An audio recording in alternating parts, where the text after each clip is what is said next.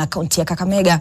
Huku ni kwa William Makosi anayetufahamisha kwamba wakazi wanaoishi karibu na kivukio cha mto Isoho kwenye vijiji vinavyopakana vya Shirere na Muraka, eneo bunge la Shinyalu na Lurambi mtawalia, wanataka serikali ya kaunti hiyo kufyeka vichaka pamoja na kufunika mashimo kando mwa barabara kuu ya kutoka Kisumu kuelekea mjini Kakamega, wenyeji wakidai ni sehemu ambazo zinatumika kuficha maiti. William Makosi ametembelea maeneo hayo na kuzungumza na wakazi ambao walikuwa wakishuhudia kuondolewa kwa mwili wa mwanaume mmoja ambaye bado hawajaweza kumtambua.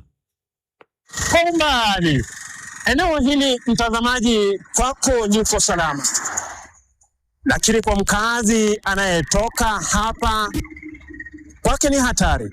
Hii ni kutokana na visa ambavyo vinaendelea kuonekana kwenye barabara kuu hii ya kutoka Kisumu kuelekea mjini Kakamega, haswa kwenye kivukio hiki ambacho wanadai kinaendelea kushuhudia visa ya watu au mili ya watu kuweza kupatikana. Nimekuwa nikikuja, vijana wangu wakashi wakaniambia kuna mtu ametoka hapo mbio, anasema kuna mtu amekufa.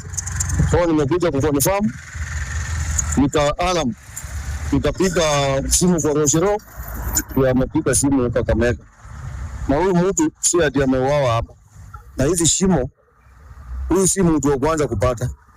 Kuna shimo ingine pande ile pia niliwahi pata mtu akiwa ametupwa hapa. Wakazi wanadai kuwa watu hawa wamekuwa kiuawa katika sehemu zingine na kuja kufufua hapa. Most of the time mtu anakuja na rushiwa tu hapa and then blame inabaki kwa watu wenye wako within hapa. Kwa usalama hakuna usalama, labda iko tu huko kwa town penyewe, lakini sisi watu wa kuingia mashinani huko hakuna usalama hata.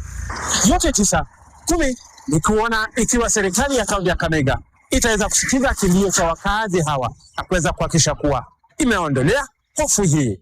William Makosi, NTV Mashinani, ikiwa katika kivukio kikuu kinachogawanyisha eneo bunge la Lurambi na Shinyalu, kaunti ya Kakamega.